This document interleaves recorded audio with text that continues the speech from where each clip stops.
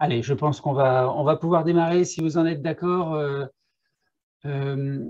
pour vous présenter cette démarche PTCE la démarche 2021, son actualité sur la relance de la dynamique PTCE, les pôles territoriaux de coopération économique. On a eu en amont de cette réunion et qui a prévalu à son organisation des échanges assez nourris avec Yann Jozo qui porte la démarche PTCE au sein du ministère de l'économie, des finances et de la relance. Et en écho à l'attente de la secrétaire d'État Olivia Grégoire, secrétaire d'État à l'ESS, qui souhaite s'appuyer fortement sur les PTCE pour accompagner la dynamique et le développement effectivement, du mouvement de l'ESS dans les territoires. Ce qui nous est apparu dans l'échange qu'on a eu avec Yann Jozo, et merci Yann pour ton écoute et l'attention que tu nous portes, c'est de mesurer l'intérêt du croisement de nos communautés PTCE d'un côté et puis cluster pôle de l'autre. On a naturellement identifié pas mal de points communs, et le but du jeu à travers cet échange, c'est de pouvoir insister sur effectivement les points de rencontre, les points de convergence et puis les points de complémentarité sur lesquels les uns et les autres peuvent se nourrir, éventuellement s'appuyer. Donc, le temps d'échange auquel vous vous inscrivez là, et merci. Hop, il y a Luna que j'admets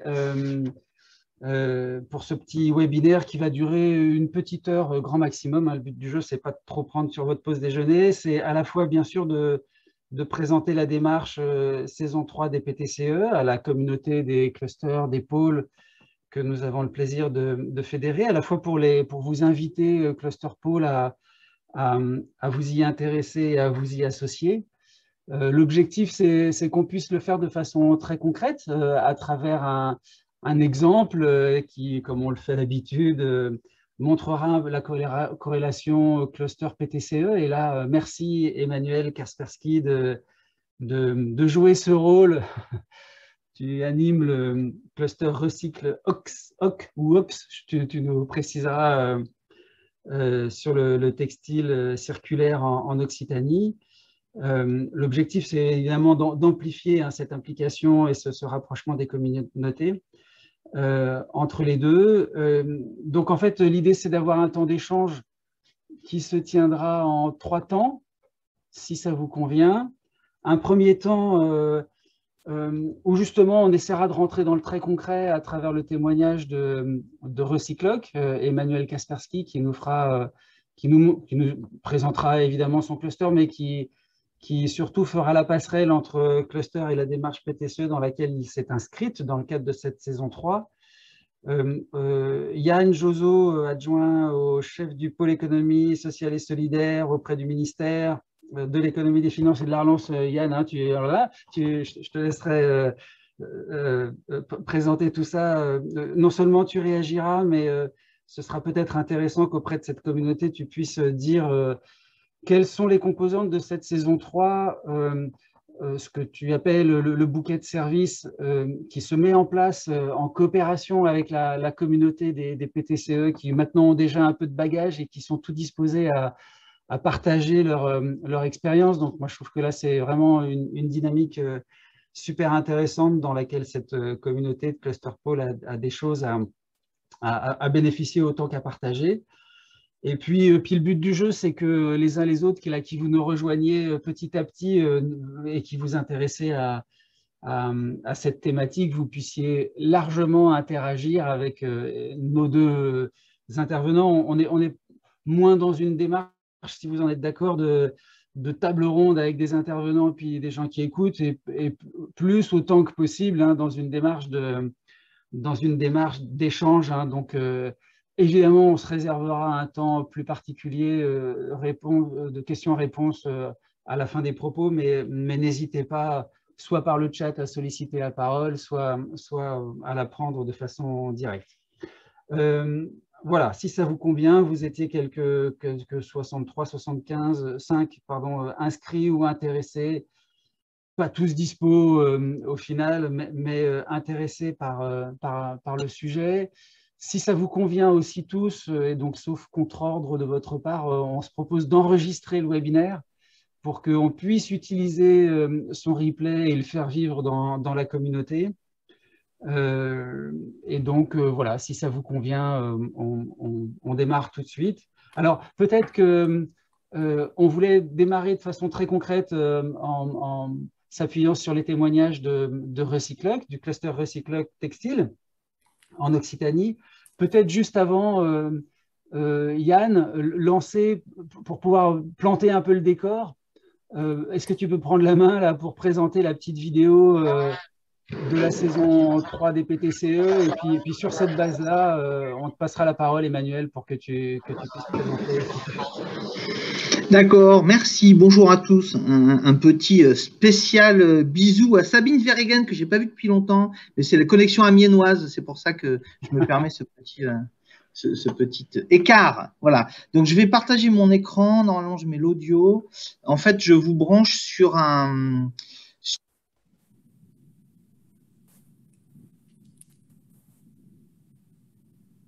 Ça coupe ton micro, Yann, donc on t'entend plus parler. Mais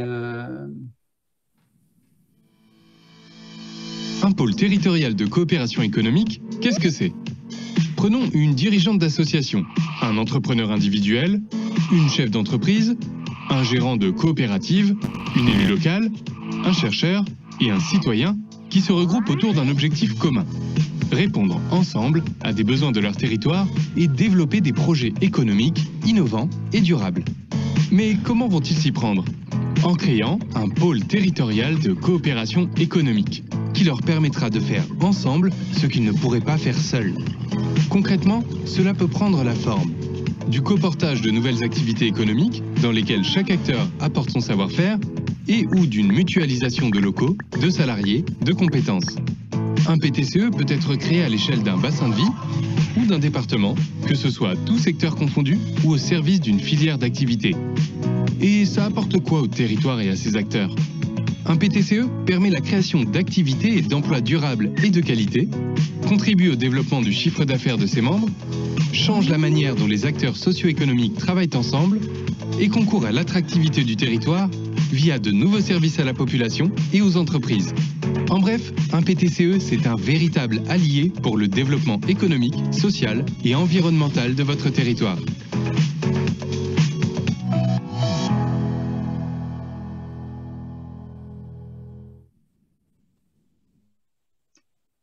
super, merci Yann pour cette présentation.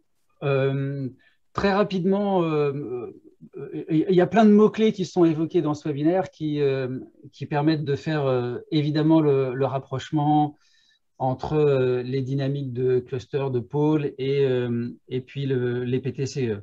Toutes les questions de coopération, d'ancrage territorial, d'ambition, de l'attractivité, de montage de projets collaboratifs innovants.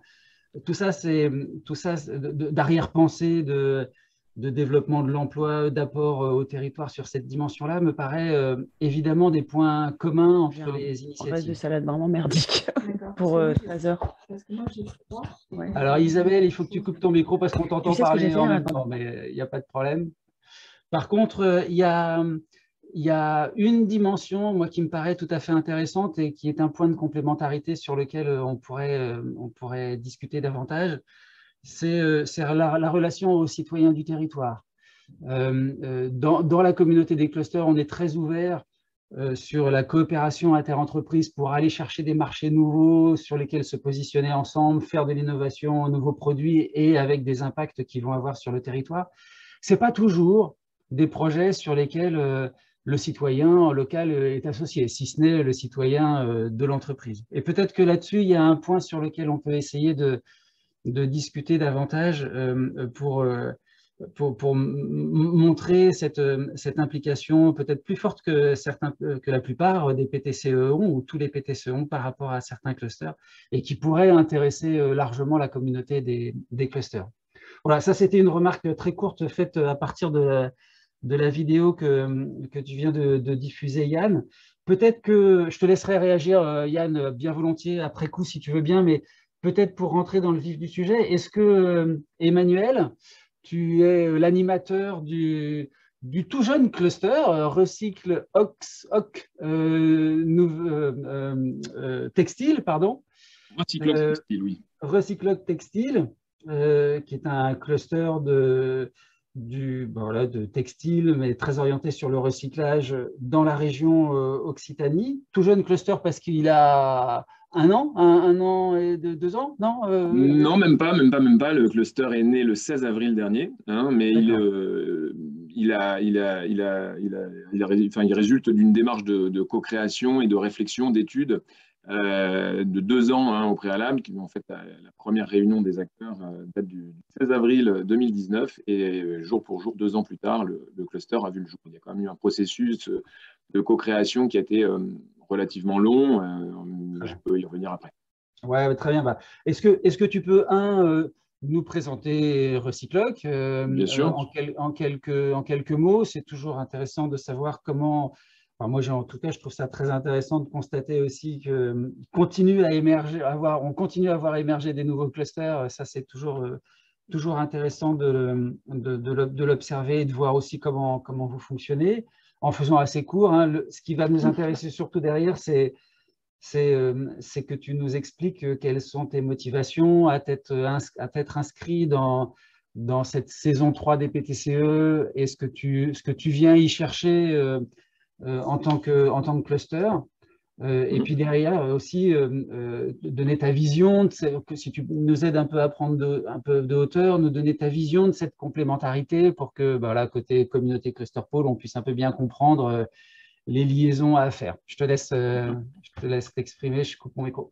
Je me permets peut-être de mettre une petite présentation, quelques 3-4 diapos pour illustrer mon propos, je me permets? Ouais, vas-y, si tu as la main normalement. Parfait. Est-ce que vous voyez à l'écran le diaporama? Parfait. Très bien. Donc, effectivement, Recycloc Textile OC pour Occitanie, c'est le nom qui a été retenu par les membres le jour de l'Assemblée générale constitutive qui s'est tenue effectivement le 16 avril, qui réunit en fait les acteurs de la région qui agissent pour rendre ce textile le plus circulaire possible, c'est-à-dire qu'il ait le moins d'impact environnemental possible, puisque c'est une activité qui est quand même très polluante. C'était également une filière qui était en difficulté, raison pour laquelle le 16 avril 2019, une réunion de concertation s'est tenue qui a permis de mettre en évidence en tout cas les difficultés d'un certain nombre d'entreprises et la nécessité de rechercher des axes de consolidation. Et bien évidemment l'idée de la coopération entre ces acteurs qui nous semblaient déjà très isolés les uns des autres commençait déjà à être identifié.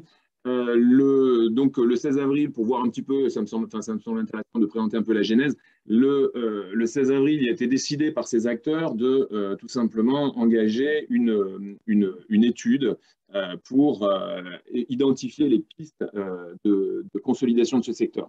Et donc, il y a un petit noyau qui s'est formé pour y travailler, pour définir un cahier des charges qui a été fait le 4 juillet 2019 et le temps de lever des financements auprès de la région et de l'ADEME et mettre en place un portage par la Fédération des entreprises d'insertion qui réunissait parmi ses adhérents plusieurs adhérents de cette filière. Le 5 décembre, en fait, s'est tenu le premier comité de pilotage de cette étude d'action qui visait à la fois à identifier des pistes et pour faire des propositions d'organisation, de structuration de cette filière. Cette étude a duré 1 an à peu près, puisque le 25 novembre, donc, nous présentions les conclusions de cette étude avec 3 axes de consolidation identifiés pour consolider la structure et une organisation, à savoir un cluster, un collectif de coopération à mettre en place. Et il a vu le jour donc le 16 avril, exactement 2 ans après la première réunion qui s'était tenue.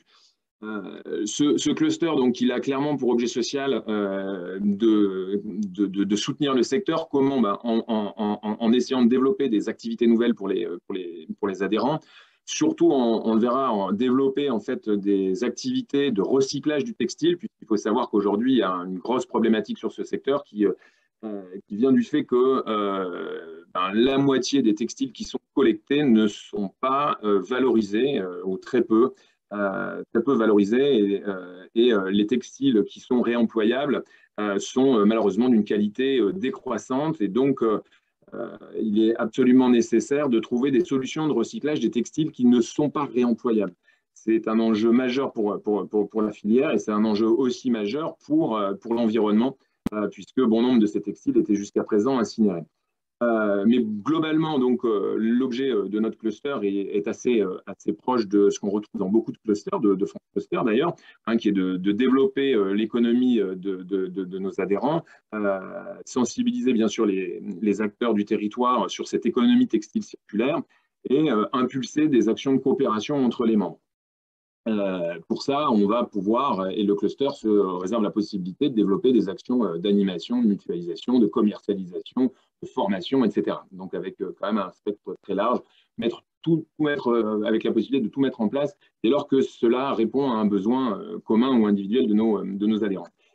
Le cluster compte 34 membres aujourd'hui. Tous ont clairement une action ou une volonté d'agir sur cette économie textile circulaire en région. Ils sont classés, ils sont organisés en 4 collèges. Il faut quand même bien noter, c'est qu'on a une part tout à fait équivalente, quasiment équivalente d'entreprises de l'économie sociale et solidaire et d'entreprises qui ne sont pas de l'économie sociale et solidaire. Et ça, c'est vraiment intéressant puisque c'est vraiment dans un espace de coopération qui dépasse vraiment le champ de l'ESS voilà, et qui associe, on le voit en dessous, vraiment des acteurs très variés. On a, d'une certaine manière, au sein du cluster, recréé la chaîne de valeur qui permet de produire du textile, de le collecter, de le délisser, c'est-à-dire enlever tous les points durs, de le trier, et de refaire du fil, de retisser. Nous avons filature, tisseur, et de refaire de la confection, refabriquer des articles. Donc, c'est quand même extrêmement intéressant d'avoir clairement sur le territoire la possibilité auprès d'un donneur d'ordre de lui dire, voilà, nous, on peut collecter vos déchets textiles et on peut en faire quelque chose uniquement avec nos adhérents en région. On peut refabriquer du textile local à partir de votre déchet. Et on sait que, bon, il y a certains acteurs, notamment collectivités locales, qui y voient un vrai intérêt environnemental et aussi en termes de communication et pour impulser une dynamique de recyclage et de relocalisation d'emplois sur le territoire. Notre organisation est assez simple. D'abord, c'est une association loi 1901, ce qui est assez fréquent pour les clusters qui démarrent. Nous avons donc une assemblée générale qui est appuyée par mais ça c'était pas mal assez intéressant. On a mis effectivement un conseil d'orientation stratégique qui permet d'associer des non-membres, mais qui sont très impliqués dans la vie du cluster. On pourrait y revenir. Ensuite, un conseil d'administration qui se repose sur un bureau. Et pour clairement mettre en place les actions, le conseil d'administration a nommé trois commissions. Une pour chaque axe stratégique retenu, c'est-à-dire le recyclage, l'axe animation compétences et un axe activité et solutions de vente. Et donc, chaque commission se réunit tous les 2 mois. À la fin du mois, il y aura la 3e réunion déjà des commissions. Et chaque commission examine les projets d'action portés par les membres ou par un collectif de membres, examine son opportunité, s'il est en adéquation avec le projet du cluster. Et si c'est le cas, la commission va consolider, essayer d'accompagner et apporter de la force à cette action en y adjoignant des compétences internes, externes, créer une équipe action pour casser l'isolement du porteur de projet, car on sait que c'est souvent ce qui est à l'origine de l'abandon des projets, mettre en réseau avec nos partenaires divers et variés, agences de développement, financeurs, bref, etc. Et tous les 2 mois, la commission réexamine l'avancement du projet pour reconseiller dans le séquencement des actions, dans les mises en réseau, dans l'appui, etc. Chaque action est bien sûr labellisée par le cluster et peut donc se prémunir et présenter son label Recycloc. Voilà pour faire vite. Juste pour terminer, donc quelques actions, quelques exemples d'actions. Il y en a déjà d'autres maintenant qui sont sorties. Voilà, à la date de cet été, il y avait 12 actions qui avaient été retenues. Voilà les principales que vous voyez à l'écran. Mais voilà, pas mal d'actions qui véritablement permettent soit donc de faire de la mutualisation de moyens, par exemple la veille stratégique. Il y a depuis juillet tous les mois une lettre de veille stratégique qui est adressée à nos adhérents. On a des outils clairement de mutualisation, par exemple la création que nous engageons d'une textilothèque, que nous récupérons auprès de différents fournisseurs. On a déjà 50 tonnes de textiles qui nous sont proposés de différents types et qui vont être réutilisés et proposés à nos adhérents pour refabriquer des articles textiles à base de produits qui auraient été normalement destinés à l'incinération. Voilà, développer, expérimenter un nouveau pôle de magasins qui associe vente et services autour de textiles circulaires. Voilà, ce genre de choses. Donc, on est à la fois, et ce qui est intéressant, des actions de mutualisation, mais aussi de co-création, où à plusieurs, on a des adhérents qui, ensemble, vont créer un outil commun. Et ça, c'est, je trouve, extrêmement précieux. Ça apporte vraiment cette dynamique. Et pour faire un peu le lien, et pour revenir à l'une des questions posées par Xavier, par rapport au PTCE, que j'ai eu la chance de connaître et de suivre quelques PTCE, France Cluster nous a beaucoup aidé dans notre lancement, au démarrage, en termes de conseils sur l'animation, lancement, AG, etc., organisation. Nous bénéficions d'un mentorat par un cluster très important, Tertera, et je remercie d'ailleurs la directrice qui prend un temps précieux, je le sais, pour nous accompagner.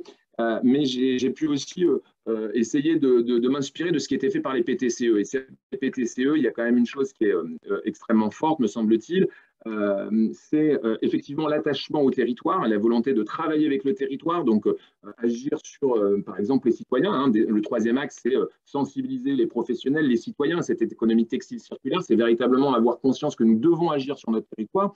Être capable aussi de proposer des solutions de relocalisation de fabrication sur les territoires, vraiment mettre en avant notre territoire, essayer de recréer de l'emploi sur un territoire qui est quand même en difficulté.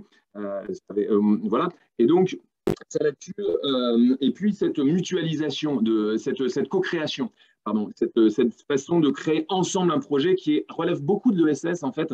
Les PTCE ont vraiment développé ce savoir-faire sur la création d'un outil commun. Par exemple, la textilothèque, ça va être un outil commun. Là, ça n'appartient ni à l'un ni à l'autre, ça appartient à ce collectif.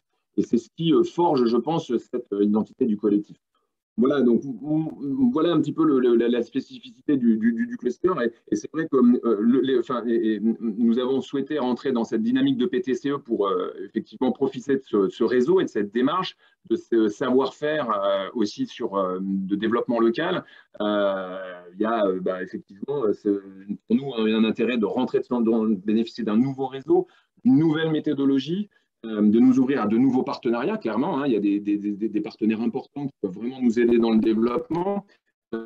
Pour, par exemple, les SEMAGE aussi. On pense clairement que ce que nous faisons en région, aujourd'hui, la problématique existe et on le sait, puisque nous sommes en contact avec plusieurs régions qui sont très intéressées, qui sont en train de suivre la même voie, qui lancent des études d'action pour mettre en place un cluster comme le nôtre.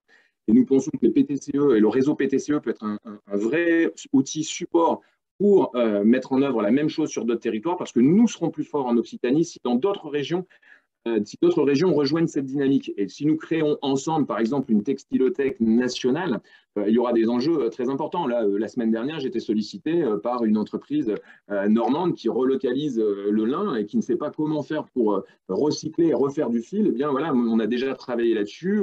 Notre adhérent, même si ce n'est pas en région, est très intéressé pour récupérer ce stock de lin et va refaire du lin et va refaire un textile avec ses déchets et refournir du fil à cette filière. Donc, il y a vraiment des échanges à faire forcément entre régions, c'est évident. Voilà donc pourquoi nous souhaitons rentrer dans ce réseau PTCE et on pense que avec les atouts du cluster, et j'en terminerai là, les atouts des clusters qui existent depuis longtemps, qui ont un vrai savoir-faire en termes de dynamique commerciale, à la fois en mutualisation ou mutualisation d'outils de compétences, d'innovation techno, une forte innovation techno dans les clusters, de la même manière qu'on a une forte innovation sociale dans les PTCE. Voilà, présence sur les salons, une visibilité très forte sur les clusters. Donc, je pense qu'on a vraiment à nourrir de part et d'autre. Et on est très content, en tout cas, d'avoir été retenu comme PTCE émergent et très heureux de pouvoir lier les deux. Voilà, j'ai un petit peu dépassé, vous m'en excusez, mais je crois que Yann avait anticipé, et Xavier aussi, le fait que j'étais débordé. Mais comme ça, j'ai répondu à vos questions. Voilà. Ouais, Merci beaucoup en tout cas de nous avoir permis de présenter cette initiative et on est ouvert à toutes et à toutes celles et ceux qui seraient intéressés d'engager cette dynamique sur leur territoire. Vous pourrez bien sûr, je suis à votre disposition. Voilà. Super, merci Emmanuel. Merci à vous. Juste une question. Concrètement, ton implication aujourd'hui dans la démarche PTCE, tu as déposé un dossier de candidature, tu as été retenu. Enfin, ça veut dire quoi, là, aujourd'hui, s'impliquer pour toi? Voilà, comment ça s'est passé? Alors, il y a plusieurs choses. L'implication s'est faite tout simplement en répondant à une manifestation d'intérêt qui a été lancée par la DG du Trésor, qui est pilotée par Yann Josot. Et donc, on a d'abord été retenu dans le cadre d'une première sélection avec 105 autres candidats. Et ensuite, nous avons été sélectionnés pour candidater à une phase 2 qui doit permettre d'accéder à un financement et qui est pour nous très important puisque un cluster, par nature, c'est une nouvelle structure, on n'a pas de fonds propres et l'idée, c'est d'avoir aussi des fonds pour faire des cofinancements, lever des financements publics sur le territoire. Donc ça, c'est pour nous aussi, c'est vrai, bien sûr, aussi un élément important. Et comment on souhaite s'inscrire? C'est en participant au bouquet de services, puisqu'il y a un bouquet de services qui est proposé et qui s'alimente chaque jour de nouvelles solutions. Et ça, voilà, donc dès la semaine prochaine, non, dès jeudi d'ailleurs, c'est après-demain, on a déjà une première réunion de présentation du bouquet de services. Et donc, nous serons 2 ou 3 du cluster à suivre cette réunion pour essayer aussi de faire des propositions. Et ensuite, eh bien, il y a des événements, des propositions, aussi bien en région et au niveau national, qui vont nous être proposés pour animer cette réflexion. Et je pense que voilà, ça peut être intéressant pour nous, mais je pense qu'il y a pas mal d'acteurs qui seraient intéressés de bénéficier de cette dynamique voilà, et d'apport de D'accord, compétences. génial. Tu as lancé le sujet du bouquet de services. On va passer la parole à Yann Josot pour qu'il dise un mot sur cette notion de bouquet de services, ce qu'il y a derrière. Peut-être que tu peux arrêter ton partage d'écran, comme ça on t'aura en grand. Pas de souci. Est-ce que tu veux, juste avant qu'on passe la parole à Yann, répondre à la question de Luna qui, dans le chat, demande si vous avez mis en place une mutualisation de locaux entre les adhérents pour récupérer les textiles à recycler? Oui, alors tout à fait. On a un de nos adhérents qui nous propose en fait de recevoir les textiles de la future Textilothèque, donc qui est un des 5 hubs de résilience qui est membre de notre cluster du réseau résilience. Et donc, il va disposer de locaux importants avec des espaces et lui-même pourra bien sûr bénéficier de ce textile. Et oui, tout à fait. Il y a des mutualisations de locaux qui sont déjà prévues. D'accord. Et aujourd'hui, le réseau, c'est quoi? Les moyens humains, demande Sabine? Alors, les moyens humains, pour l'instant, donc pour l'animation pure, c'est moi qui interviens. Donc, moi, je suis indépendant, je suis un développeur indépendant et donc j'interviens donc pour l'animation avec un financement région et ADEME. J'interviens à temps partiel sur l'animation, puisqu'on mobilise les adhérents. Les adhérents beaucoup d'adhérents agissent pour l'animation. C'est une adhérente qui rédige la lettre de veille. On a des adhérents qui animent les différentes commissions.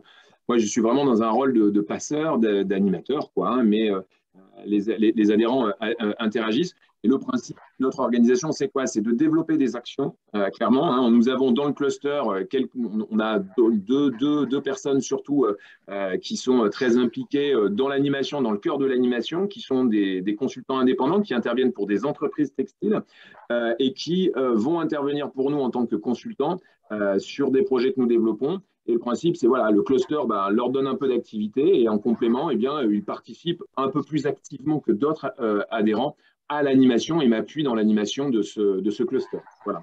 Donc, c'est un petit peu le modèle, c'est-à-dire que le cluster leur apporte et eux apportent au cluster également de leur temps et de leurs compétences. D'accord, génial. Écoute, merci beaucoup, Emmanuel. C'est avec plaisir, merci clair. à vous. Longue vie à Recycloc. Et merci. Avec grand plaisir pour continuer à échanger. Yann, est-ce que tu veux prendre le relais, peut-être déjà réagir aux propos d'Emmanuel sur la manière dont il a présenté le cluster, son implication dans l'initiative PTCE que tu portes, dans cette saison 3, dans le cadre de l'AMI, vous avez retenu ce projet-là, peut-être à travers ce projet-là, dire ce que vous attendez dans cette saison 3 et puis donner peut-être un focus plus particulier sur ce que Emmanuel a évoqué derrière cette notion de bouquet de services qui pourrait intéresser aussi des clusters pour se rapprocher de la communauté des PTCE. Est-ce que Yann, tu veux dire un mot là-dessus ?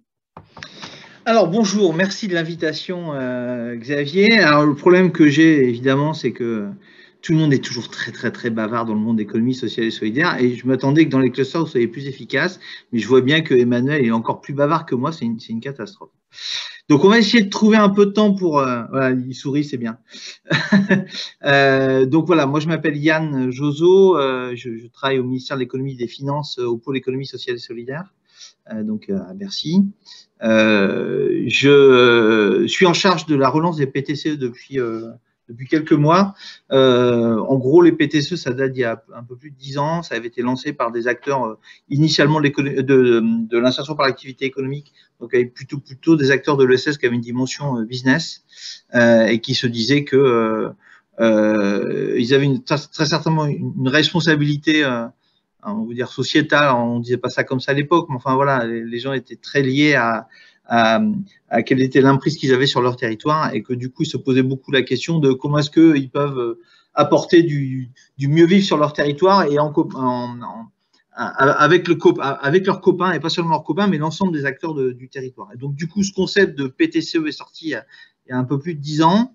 Donc, pôle territorial de coopération économique, je ne reviens pas sur ce que c'est, mais vous avez vu la petite vidéo qui parle bien mieux que moi. Du coup, c'est plutôt une initiative d'acteurs en fait de l'économie sociale et solidaire. Je dirais que c'est ce que je mets sur le site, mais il y a une espèce de cousinade entre les clusters et les PTCE. Est-ce qu'un cluster est est-ce qu'un PTCE est un cluster de l'économie sociale et solidaire? Bon, on a eu pas mal d'échanges avec Xavier sur cette affaire, mais en tout cas, je sais que Xavier lui-même, il a suivi les PTCE depuis pas mal de temps parce qu'il y a effectivement cette histoire de rapprochement. C'est vrai que on se disait en préparation de cette réunion, peut-être que dans un cluster, on fait de la coopération économique entre acteurs économiques. L'ambition du PTCE, c'est de faire ça, mais de le faire aussi avec des acteurs plus larges, enfin plus larges. Il n'y en a pas un qui est mieux que l'autre, mais en tout cas, en étant en fort lien avec donc acteurs de l'économie sociale et solidaire, entreprises traditionnelles, les pouvoirs publics, les citoyens et les acteurs de la recherche, etc. Et c'est normalement pour un PTCE, il faut avoir ces 5 acteurs-là qui font de la coopération entre eux, avec comme prisme l'amélioration des conditions de vie des gens sur leur territoire. C'est-à-dire que quand on fait du développement économique traditionnel, on a un produit, on les cherche sur le marché.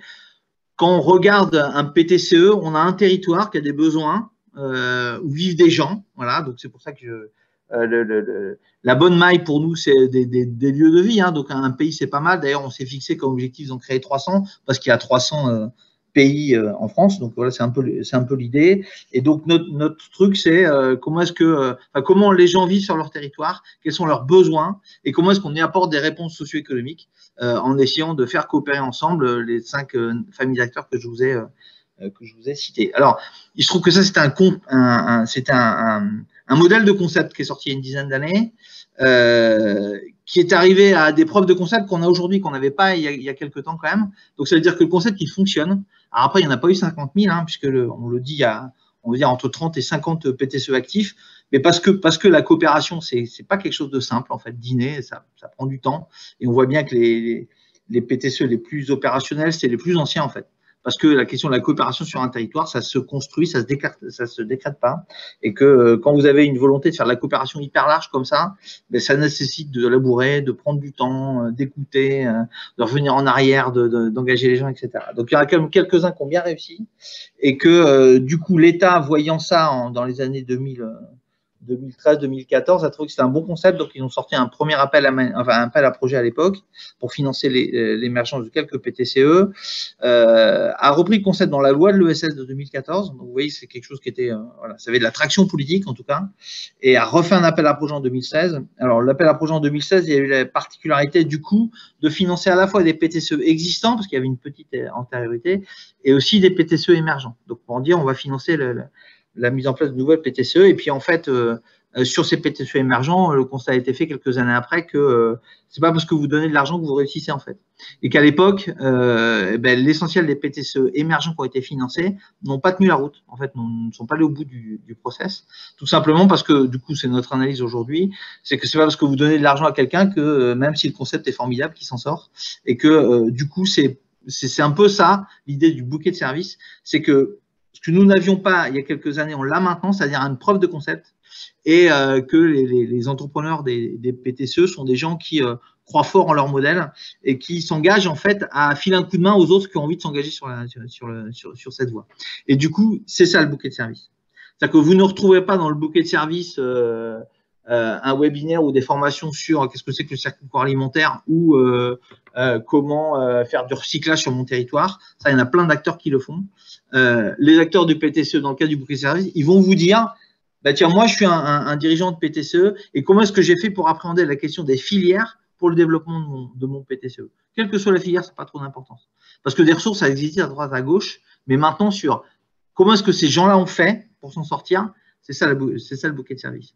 D'autant plus qu'un PTCE, je pense que c'est comme un cluster, c'est-à-dire qu'en fait, il n'y en a pas deux identiques. Ça va dépendre des territoires, ça va dépendre des maturités des gens sur place, ça va dépendre du modèle économique de ces territoires-là, etc., etc. Et ce qui fait qu'on peut pas avoir une définition de ce que c'est qu'un PTCE. En revanche, on a des exemples de PTCE qui ont fonctionné avec ces 5 familles d'acteurs et qui ont développé leur business qui permet aujourd'hui que la partie la plus difficile qui est le financement de l'animation de cette coopération puisse être pris en charge, en tout cas par le business dormant que le PTCE a été capable de révéler. Voilà, en gros, c'est ça. Donc, l'idée, ça a été de relancer les PTCE maintenant, mais plus seulement avec des appels à projets, mais en mettant en place à côté une offre de service à l'attention des PTCE existants, parce qu'il faut bien que les gens ils continuent à travailler les uns avec les autres, mais aussi pour aider les PTCE émergents. Donc, on a lancé un AMI il y a quelques mois. Enfin, le truc, il est très récent, hein, c'était le 12 mai qu'on a lancé l'appel à manifestation d'intérêt et on a décidé, enfin, la ministre a décidé de relancer les PTCE 1 ou 2 mois avant, quoi, hein, même si c'était dans son idée. Donc, on est allé très, très vite pour structurer ce bouquet de services, en même temps qu'on a lancé l'appel à manifestation d'intérêt. Donc, on a eu effectivement 107 lauréats de la phase 1. En fait, les lauréats de la phase 1, c'était juste les gens qui avaient compris ce que c'est qu'un PTCE. Quel que soit leur degré de maturité, en fait, l'idée, c'est juste de dire que quelqu'un qui a compris, qui est intéressé par la démarche, du coup, on va prendre le temps de l'accompagner. Alors, il y en a qui sont au clair avec le concept sans avoir trop avancé, et il y en a qui sont très, très proches, en fait, de la création d'un PTCE même. Et donc, évidemment, le bouquet de services, il est différent en fonction des besoins de ces acteurs-là. C'est pour ça qu'on a mis en place donc, ce bouquet de services. Au début, on avait pensé faire un bouquet de services PTCE existant et PTCE émergent, puis quand on l'a construit au fur et à mesure, on s'est rendu compte que ça n'avait pas forcément d'intérêt d'en faire 2. En fait, on en a fait un avec des briques qui sont ouvertes soit aux PTCE existants, soit aux émergents, soit les 2 mon capitaine. Voilà. Donc ça, c'est un truc qui a été fait en 2 mois avec l'écosystème de l'ESS de manière générale. Donc les gens se sont mis en tension pour faire un truc super rapidement. Ça a été annoncé fin juillet pour mise en opérationnel à partir de maintenant. Donc c'est là où je fais le clac, partage d'écran sans partager l'audio vers le petit site. Voilà. Donc, alors, il est super mal référencé tout simplement parce que c'est moi qui l'ai fait il y a un mois, voilà, avec les petits moyens du bord.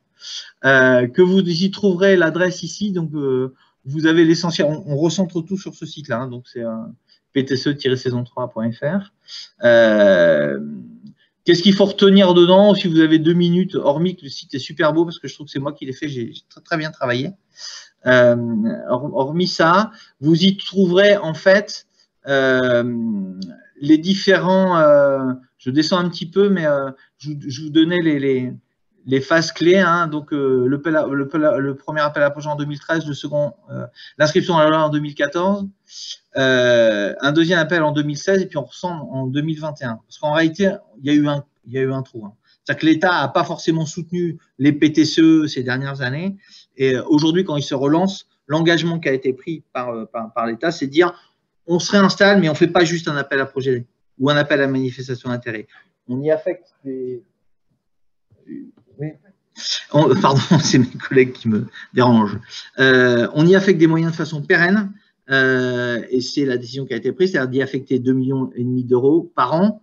Ça a été le cas cette année, ça sera le cas l'année prochaine. Alors, ce n'est pas des sommes immenses, mais bon, ça a intérêt quand même d'exister, où on met 1,5 million pour aider les PTCE émergents et 1 million pour le financement du bouquet de services lui-même. Voilà. Donc, sur l'appel à manifestation d'intérêt, Emmanuel vous en a parlé. Donc, on a identifié 107. On en a présélectionné 40 qui sont très, très proches en fait, de créer un PTCE eux-mêmes, et on va en financer 15 au total. Dont le deal sera de dire dans les 2 ans, ils sont capables de créer un PTCE et de passer du PTCE émergent au PTCE existant. Et on fera la même chose l'année prochaine. Enfin, on va voir, en fait, on a 1,5 million, on verra comment on l'utilise au mieux pour permettre à des PTCE d'émerger. Et ensuite, on a ce bouquet de services pour 1 million. Donc, dans le bouquet de services, quand vous voyez le site, si je reprends les différents éléments, donc vous voyez, on a fait une saison 3 avec des épisodes, hein, donc c'était la production de l'appel à manifestation d'intérêt en mai dernier. Il y a une charte des PTCE qui a été faite par le labo de l'ESS, ça sera trop long, mais pour ceux qui connaissent un petit peu, on a remis à jour la charte des PTCE, donc c'était l'épisode 2, Retour vers le futur. L'épisode 3, ça a été l'annonce des lauréats, et l'épisode 4, ça a été la présentation du bouquet de services. Alors, ce bouquet de services, je vais vous montrer ça en 2 secondes, vous le retrouverez dessus, c'est un peu abscon pour des gens qui ne sont pas dedans, mais du coup, voilà en gros comment ça marche. Donc, il est ouvert aux PTCE qui sont lauréats de la phase 1 et aux PTCE existants.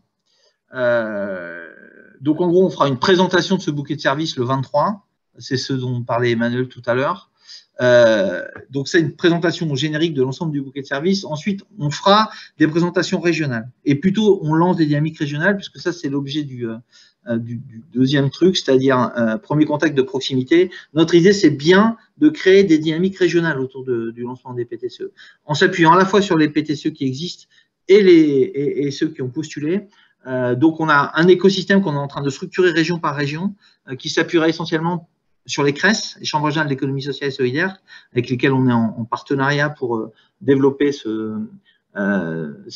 cellules régionales qui se veulent très larges. Hein. En fait, on va mettre les CRES, les correspondants de l'État, plus tous les acteurs en fait, au niveau régional qui sont intéressés par cette affaire, en mettant en première intention les PTCE compagnons eux-mêmes.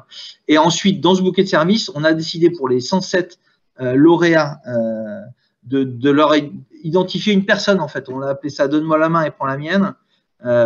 C'est-à-dire, donne-moi ta main et prends la mienne, c'est-à-dire que comme le bouquet de services qui est derrière, c'est une trentaine d'offres, c'est un peu abscon quand vous ne savez pas trop où vous allez, et ben, du coup, on a identifié quelqu'un qui va tenir la main de chacun des 107 lauréats pour lui dire, ben, dans ta situation, vaut mieux que tu ailles faire tel truc, que tu passes par tel endroit, etc. On est en train de faire un questionnaire que chacun des PTCE sera amené à, PTCE émergents sera amené à remplir, histoire d'avoir une vision de où ils en sont, est-ce qu'ils sont loin, est-ce qu'ils sont pas loin. Et donc, on aura quelqu'un qui va prendre la main de cette personne-là, de ce PTCE, dans le cadre du bouquet de services. Après, le bouquet de services, il s'oriente autour de 5 grosses briques, en fait. La première, c'est l'animation. Comment est-ce qu'on fait pour faire l'animation locale d'un PTCE? La deuxième, c'est la question de l'ingénierie territoriale de projet, puisque derrière un PTCE, vous avez des activités économiques et la création d'activités et de projets. Donc, comment est-ce qu'on fait pour développer cette ingénierie territoriale? On a une brique spécifique sur la R&D territoriale, parce que voilà, dans l'économie sociale et solidaire, on parle souvent d'innovation sociale, VS innovation technologique. Donc, ça veut dire que là, c'est pas aussi simple d'entrer dans cette affaire. Donc, nous, on fait de la R&D territoriale et on a des briques qui permettent, en fait, au PTCE d'appréhender cette dimension de la R&D territoriale. On a un truc sur le financement des PTCE, évidemment, parce que c'est pas avec l'argent que met l'État qu'on pourra financer 300 PTCE. Tout simplement parce que on est en train de parler de développement économique, donc ceux qui ont la compétence, c'est les conseils régionaux et les coms de com, c'est pas l'État. Donc l'État, lui, participe à l'expérimentation d'un certain nombre de choses, mais doit être amené à prendre le relais, enfin, que ce relais soit pris par les pouvoirs publics au niveau local. Et on a un dernier truc sur, justement, comment est-ce qu'on fait pour coopérer avec les collectivités locales, qu'elles comprennent en fait que le PTCE est un cadre hyper intéressant pour eux. Voilà, donc ça, j'étais évidemment beaucoup moins bavard qu'Emmanuel, mais quand même trop. Donc, c'est à ce moment-là qu'on dit, c'est quoi les questions? Ouais, non, très bien. Merci beaucoup, Yann. Non, je pense que ça avait le mérite d'être très clair et puis d'être même attirant et effectivement, si les uns les autres, vous avez des questions, n'hésitez pas alors, soit à activer votre micro pour demander la parole, soit à poser une question dans le chat, hein, et puis on vous la donnera ou on relaiera la question. Peut-être pour lancer le feu, moi j'avais… Peut-être si tu me permets, Xavier, en fait l'idée qu'on a nous, c'est que on a d'un côté les PCE, de l'autre côté les clusters. On se dit intuitivement avec Xavier qu'il y a des choses à gagner d'un côté comme de l'autre. Voilà, peut-être qu'en termes de… bon, je reprends les éléments qu'on s'était échangés entre nous, mais c'est vrai que les clusters, ils sont bons dans comment être meilleurs ensemble, développer du business économique, etc. Et nous, ça, c'est des savoir-faire qu'on a besoin dans les PTCE. Parce que souvent, on a des acteurs de l'économie sociale et solidaire qui sont peut-être moins dans le business. Or, on a besoin de cette dimension business. En revanche, sur la question de la coopération, on sait que les acteurs de l'économie sociale et solidaire, ils ont des savoir-faire qui sont hyper intéressants, qui peuvent intéresser des clusters. Moi, j'aime bien quand Xavier prend l'exemple de… Tu sais, quand tu prends l'exemple de ton chef d'entreprise qui est sollicité le dimanche quand il va acheter du pain, peut-être prends cet exemple-là et il y a peut-être des rapprochements à faire. Et donc, Xavier et moi, la question qu'on se pose, c'est si jamais ça a de l'attraction auprès des clusters, c'est-à-dire est-ce qu'il y a des clusters qui peuvent devenir PTCE qu'on a envie, s'il y en a 50, s'il y en a 100 ou s'il y en a 3, on mettra en place une offre de service. En tout cas, on travaillera de façon un peu différente s'il y en a 3 ou s'il y en a 50. Quoi. Voilà, c'est un peu l'idée. Et le faire témoigner Emmanuel, c'était intéressant pour nous parce que c'est justement quelqu'un qui a le pied entre les deux et c'est hyper intéressant. Alors voilà, bah, tu m'as coupé l'herbe sous le pied. Je voulais sortir évidemment mon exemple, mais c'est pas très grave. Non, en fait, la question pour les clusters et les pôles qui suivent ou qui regarderont le replay derrière, c'est ça, c'est comment est-ce que nous, on peut s'inscrire. Et mon sentiment, c'était que dans la communauté des clusters et des pôles, on en a un certain nombre qui sont interpellés par leur territoire pour participer à l'élaboration de solutions qui sont rencontrées par le territoire. Et effectivement, l'exemple que j'ai cité, c'est au sein de Montblanc Industrie. Là, on est dans la vallée de l'Arve. C'est un cluster de mécanique de précision, le décolletage industriel pour parler jargon, qui est une vallée en Haute-Savoie qui subit des problèmes de pollution importantes. On est un peu dans une cuvette où il y a pas mal de pollution. Et pour le coup, l'industrie de mécanique de précision est quand même très sollicitée pour voir quelle est sa part de responsabilité dans cette situation et qu'est-ce qu'elle peut mettre effectivement en place. Alors, on sait Montblanc Industrie travaille déjà très, très bien sur le sujet. Alors, ils sont plutôt dans une approche orientée RSE, voilà, ils le qualifient comme ça, mais c'est plutôt intéressant. Ce qui est super intéressant surtout, c'est qu'ils ont cette ambition de travailler davantage sur l'implication, la relation entre les entreprises et les citoyens sur le territoire pour mettre en place des réponses à cette initiative et à ce besoin qui s'exprime de coopération sur le territoire. Et ce qui m'intéressait, moi, Yann, la manière dont je voulais te retourner la question, c'est effectivement un cluster comme par exemple celui que je viens de citer qui continue à garder son pipe de projets innovants. Ils ont été pôles de compétitivité, ils sont inscrits ils ont été clusters, ils sont pôles de compét, ils se sont complètement inscrits dans toutes ces dynamiques que les politiques publiques des pôles de compét et des clusters sur lesquels ils ont été accompagnés pendant cette vingtaine d'années.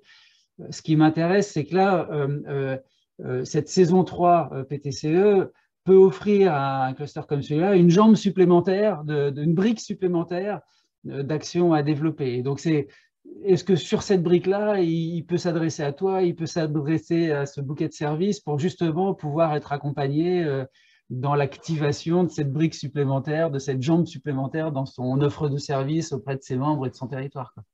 C'est ça qu'il faut qu'on invente ensemble. Nous, aujourd'hui, le cadre, il est assez clair. Quand vous êtes un PTCE existant, vous êtes signataire de la charte, du labo, blablabla, on vous identifie à peu près. On a encore du travail à faire sur ces questions-là. Puis quand vous avez envie de devenir PTCE, on a fait cet appel à manifestation d'intérêt auquel Emmanuel a répondu. Donc là, l'appel à manifestation d'intérêt, il est permanent. C'est un dossier qui est assez light.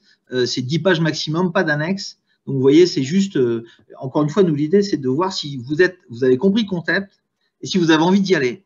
Nous, ça nous suffit comme information. Ce qu'on éjecte, c'est quand c'est des collectivités, parce que, encore une fois, c'est pas une collectivité qui gère un PTCE, c'est un entrepreneur. Donc ça, c'est clair. Alors, c'est hyper bien quand il y a une collectivité derrière, quand même, un style com de com, etc. Les clés de la réussite, c'est souvent ça. Mais quoi qu'il en soit, c'est pas une com de com qui dépose. Et ceux qu'on essaie de chasser aussi, c'est ceux qui viennent à l'opportunisme financier pour aller chercher les 100 000 balles, parce qu'il y en a très très peu. Et pour nous, la valeur, elle n'est pas dans ces 100 000 balles-là, elle est plutôt dans le bouquet de services. Et puis ceux pour qui en réalité c'est pas adapté, quoi, parce qu'il y a des entreprises, il y a pas mal d'acteurs de l'ESS qui sont en fait des assos qui fonctionnent très très bien en assos et qui sont pas en vrai des PTCE. Donc ceux-là, on essaie de les éjecter. Pour tous les autres, en fait, on bosse avec eux. Donc on a ce cadre-là. Maintenant, si c'est des clusters, c'est ce qu'on se disait, Xavier, mais on fait les questions-réponses en même temps. Mais s'il y a des clusters qui sont intéressés et qu'il y en a X, il faut qu'on voit comment est-ce qu'on peut travailler avec vous pour développer un service, enfin en tout cas des briques dans le bouquet de services qui vont aller directement pour les clusters qui sont intéressés pour bosser sur ce sujet. Je sais qu'on avait parlé pas mal de la question de comment est-ce que tu intègres des citoyens à ta démarche. Parce que ça, c'est souvent un problème. Et y compris les PTCE au début, ils allaient chercher un président d'assos du coin et puis ils disaient, bah voilà, à partir du moment où j'ai un président d'assos, eh ben, c'est les citoyens qui fonctionnent. Voilà, on connaît la limite de ce truc-là, mais d'un autre côté, une fois que vous avez cette ambition de dire je veux mettre des citoyens dans le tour de table, c'est compliqué. Donc voilà, donc les plus anciens ont développé un truc qui s'appelle Startup de territoire, qui est une méthode qui permet justement d'aller chercher du citoyen, de créer des activités économiques avec eux et de les embarquer, quel que soit leur prisme, en tout cas leur origine. Il y a des gens qui sont des étudiants, il y a des gens qui sont au chômage, des gens qui ont des entreprises, et comment est-ce qu'on les amène à s'intéresser à leur territoire et à créer de l'activité économique avec les assos et les entreprises du coin. Voilà, donc ça c'est un savoir-faire. On a une brique dans le bouquet de services qui est menée par Startup de territoire qui dit ben voilà, nous comment on fait pour aller chercher les citoyens pour développer notre territoire. Alors encore une fois, on n'est pas sur de la science dure, hein. Et le bouquet de services, encore une fois, c'est ça qui est hyper intéressant et c'est la limite de notre exercice aussi, c'est juste des femmes et des hommes qui ont une expertise, qui l'ont fait, qui la partagent avec les autres. Parfois ça a marché, parfois ça ne marche pas, mais c'est avant tout un réseau de personnes. Donc à ta question, on va bien voir. Moi c'est comme tu veux. Voilà. Non, mais voilà, en tout cas la porte est ouverte et on peut complètement en parler. Est-ce que parmi les participants, il y a quelqu'un qui voudrait, dans les quelques minutes qui nous restent, réagir, poser une question ou témoigner? Il y a quelques clusters autour de la table qui pourraient très directement se sentir concernés. Isabelle, tu as activé ton micro, tu veux réagir? Attends. C'est bon, on t'entend. Non, on t'entend plus. On t'entendait, mais on t'entend plus. On t'entend plus, il faut que tu réactives ton micro. Il est coupé. Activé. C'est voilà. bon? Ouais, voilà, c'est bon. Ouais. Bonjour à tous. Merci beaucoup pour cette présentation, aussi bien notamment bien sûr à toi Xavier, mais notamment aussi à Emmanuel et à Yann. Emmanuel, bienvenue au petit bébé. Hein. C'est déjà un petit bébé qui va très très vite, qui est déjà en train de marcher très très vite. Donc comment dire, j'ai eu du plaisir à découvrir ce nouveau cluster. Donc, il y a déjà une invitation LinkedIn qui est partie. Personnellement, je n'avais pas encore cette culture du PTCE, donc je viens de le découvrir. Merci à Yann pour les explications. Je suis très fan de Netflix, donc il y a aussi une invitation LinkedIn qui est partie. J'ai juste un doute, Emmanuel. En termes de ressources humaines, j'ai l'impression que c'est un modèle très différent parce que personnellement, je travaille dans un pôle de compétitivité qui a de légères différences avec un cluster. J'ai eu la sensation qu'en termes de ressources humaines, on était sur une figure très différente qui est celle d'indépendants qui travaillent au sein de la structure. Et une très grosse part qui m'a vraiment interpellée et qui est très belle, je trouve, en termes humains, mais très intéressante aussi en termes d'organisation et de modèle économique, c'est-à-dire que les adhérents sont extrêmement actifs. Et du coup, je me suis demandé comment vous fonctionnez en termes d'adhésion. Alors, désolé de ramener la chose à un thème économique, mais comment fonctionnez-vous en termes d'adhésion? Est-ce que vous avez des tranches d'adhésion? Et puis après, entre guillemets, pas entre guillemets, on enlèvera les guillemets, ça demande mode des guillemets. Est-ce qu'il y a des réductions qui sont faites sur le tarif d'adhésion parce que les gens apportent par du bénévolat en compétences? Merci.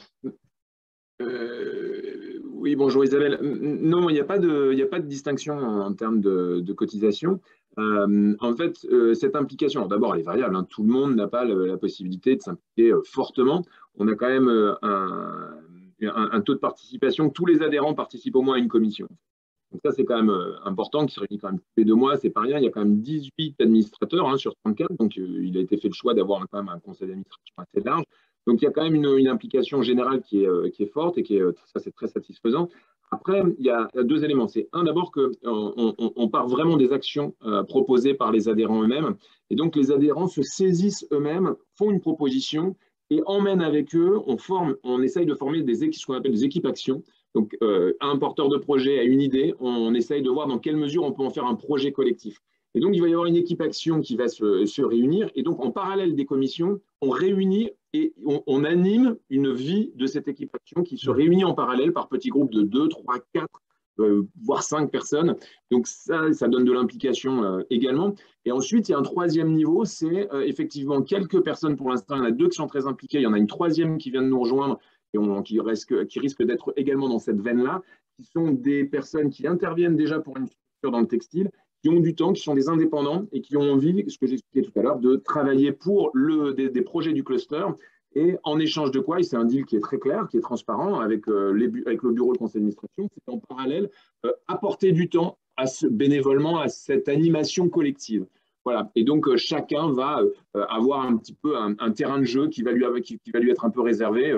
Fanny, par exemple, c'est Madame Veille, parce qu'elle le fait naturellement dans le cadre de ses activités.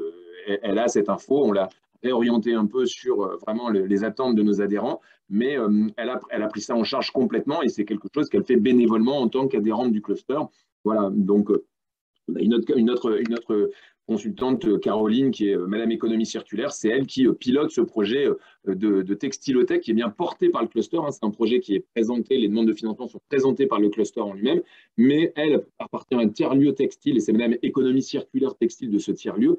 C'est elle qui a suggéré cette idée et c'est elle qui est chef de file là-dessus. Elle s'implique là-dessus et grâce au financement que nous sommes en train de lever, elle va être financée pour construire cet outil. Et en parallèle de cela, eh bien, elle nous donne du temps.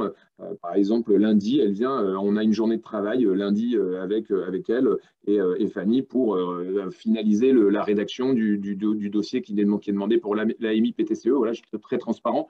On travaille ensemble là-dessus. Voilà, chacun donne. Le principe, c'est voilà, comme je l'avais compris dans les clusters, c'est que voilà, si on veut qu'un cluster tourne, il faut donner au cluster. Et c'est ce que les gens ont plutôt bien compris. Et pour l'instant, du bois, ça marche bien, effectivement.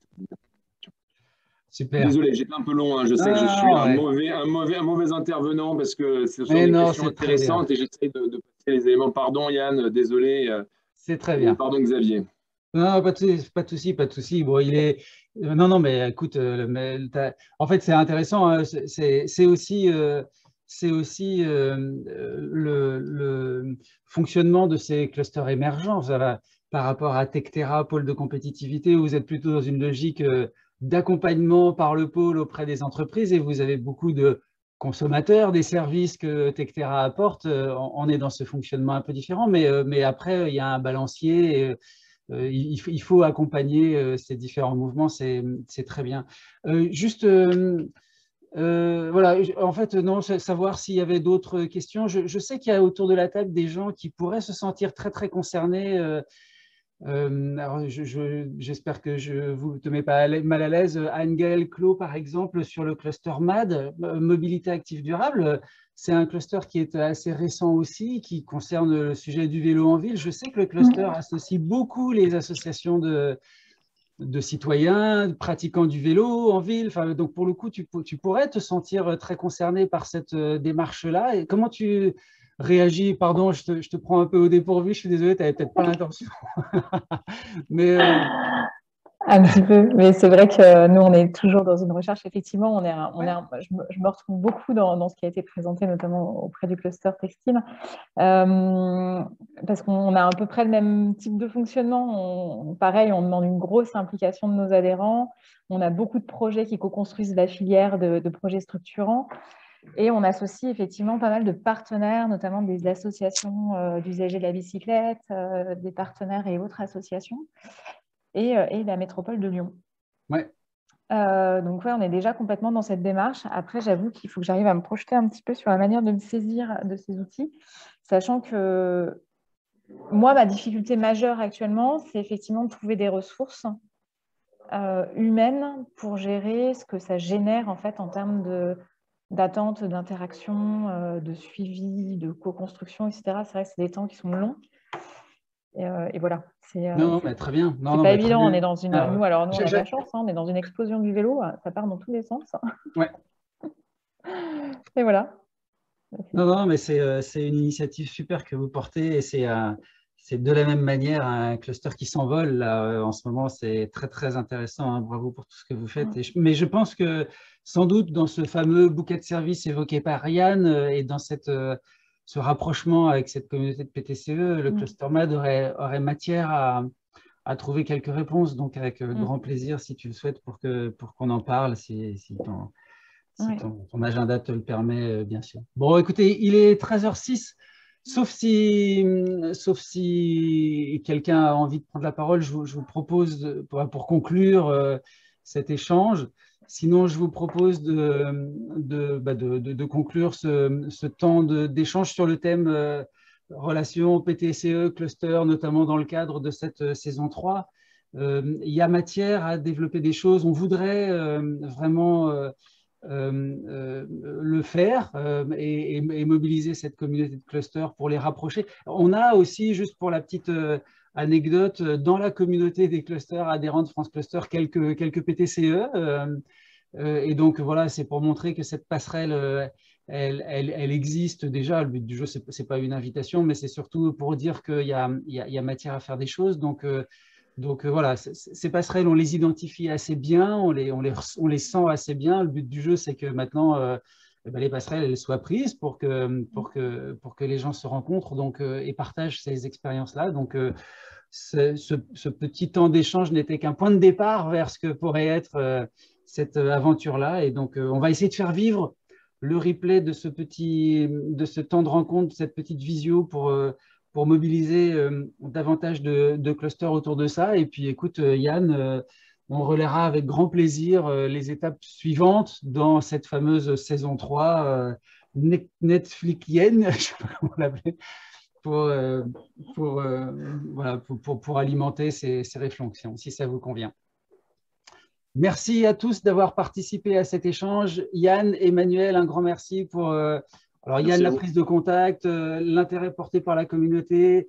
Emmanuel, ton témoignage, c'était tout ça très intéressant. Et puis, écoutez, à très bientôt pour approfondir ce sujet. À bientôt. À bientôt, merci. Au revoir. Merci, au revoir. Merci, au revoir.